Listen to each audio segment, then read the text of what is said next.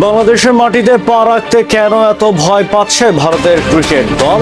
ক্রিকেটীয় স্পিরিটের অজুহাত নাকি একের পর এক রাজনৈতিক ভাওতাবাজি? যেখানে বাংলাদেশ ক্রিকেট বোর্ড বিসিবি অত্যন্ত নমনীয় ও নিরপেক্ষ অবস্থান নিয়ে 3টি ওয়ানডে ও 3টি টি-20 সিরিজের আয়োজনে পুরোপুরি প্রস্তুত, সেখানে ভারতের এই দস্ত দম্ভ ও টানা হেঁচড়ার আসল কারণই বাকি আইসিপির ভবিষ্যৎ সফরসূচি এফটিপি অনুযায়ী নির্ধারিত সিরিজ বাস্তবায়নে বাংলাদেশের প্রতি পদে শতভাগ পেশাদারিত্বের দেখালেও ভারতীয় ক্রিকেট বোর্ড বিসিসিআই দেখাচ্ছে ভারতে তাদের পুরনো দাদাগিরি আর অহংকার। একের পর এক তারিখ পিছিয়ে নিরাপত্তা বাহানা দিয়ে কি নিজেদের কূটনৈতিক ব্যর্থতা ঢাকতে চাইছেন তারা? ভারতের এই আসা না আসার পেছনের ভোর রাজনৈতিক উত্তেজনার পেছনের আসল প্রেক্ষাপট ঠিক কতটুকু গভীর? ঘটনার মূল শিকড়ে তাকালে স্পষ্ট বোঝা যায় বাংলাদেশ ও ভারতের ক্রিকেট বোর্ডের মধ্যকার সমস্যাটা ক্রিকেটেও নয়, বরং ভারতের একপাক্ষিক সিদ্ধান্তের ফল।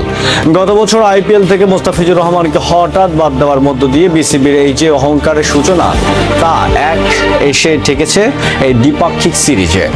আইসিসি নির্ধারিত এফটিপি অনুযায়ী গত বছরের আগস্টে ভারতের বাংলাদেশে আসার কথা থাকলেও নিরাপত্তার অজুহাত দেখিয়ে সেই সফর 1 বছর পিছিয়ে চলতি বছর আগস্টে জানানো হয়। কিন্তু যখনই প্রস্তাবিত সময় ঘনিয়ে এলো, আবারও শুরু হলো বিসিসিআই এর নতুন নাটকও সময়ক্ষেপণ।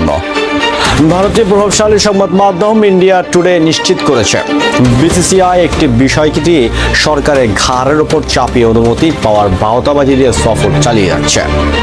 অথচ এই পুরো প্রক্রিয়ায় বাংলাদেশ ক্রিকেট বোর্ডের অবস্থান ছিল অত্যন্ত নমনীয়, স্পোর্টম্যানশিপে ভরা এবং সম্পূর্ণ নিরপেক্ষ। বিসিবির সভাপতি তামিম ইকবালের নেতৃত্বে বাংলাদেশ বোর্ড ভারতকে সর্বোচ্চ আতিথেয়তা দেওয়ার জন্য সমস্ত লজিস্টিক ও নিরাপত্তা ব্যবস্থা প্রস্তুত করে রেখেছিল। বিসিবির প্রস্তাবিত স্পষ্ট সূচি ছিল দল পৌঁছানোর তারিখ 28 আগস্ট, ওয়ানডে সিরিজ 1 ও 3 ও 6 সেপ্টেম্বর 3টি ম্যাচ, টি-20 সিরিজে 9, 12 ও 13 সেপ্টেম্বর 3টি ম্যাচ, 29 আগস্ট থেকে 15 সেপ্টেম্বরের এই উইন্ডো নিশ্চিত করে বিসিসিআই কে পেশাদার থেকে চিঠি পাঠালেও তাদের পক্ষ থেকে মিলছে কেবল অস্পষ্টতা।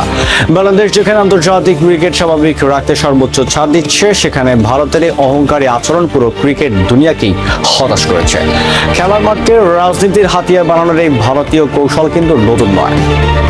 অতি সম্প্রতি 5 আগস্ট দিল্লিতে সাবেক প্রধানমন্ত্রী শেখ হাসিনাকে আশ্রয় দিয়ে রাজনৈতিক বক্তব্য দেওয়ার সুযোগ সৃষ্টি করে ভারত যে কূটনৈতিক টানাপোড়েনের তৈরি করেছে, তার যে টানা হচ্ছে 22 গজে। বাংলাদেশের স্বরাষ্ট্র মন্ত্রণালয় ও কূটনৈতিক মহলের যৌক্তিক প্রতিবাদের পর থেকে ভারতের এই সিরিজ এড়িয়ে যাওয়ার অজুহাত খুঁজছে। ক্রিক বাজের প্রতিবেদন অনুযায়ী বিসিবির অভ্যন্তরীণ সূত্র মেনে নিচ্ছে যে ভারতীয় নীতি নির্ধারকদের এই রাজনৈতিক ভাওতাবাজি এবং অহংকারের কারণে সিরিজটি এখন অনিশ্চয়তার সঙ্গে।